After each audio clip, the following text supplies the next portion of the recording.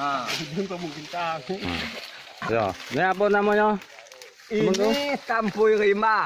Sama dengan yang tadi ya? Sama dengan yang tadi.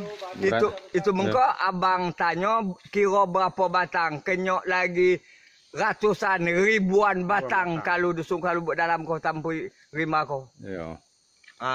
Jadi tadi adalah permintaan menti kita ko harus iko nak sampai penghasilnya ko sampai tercapai anggo anak cucu. Kerana rimba ko tak mungkin lagi bertambah. Kalau mendesionya itu berkembang setiap tahun. Jadi di mana lagi tempatnya hidup. Melain diri nanglah ada kini. Berarti Lagi nangor suara pun.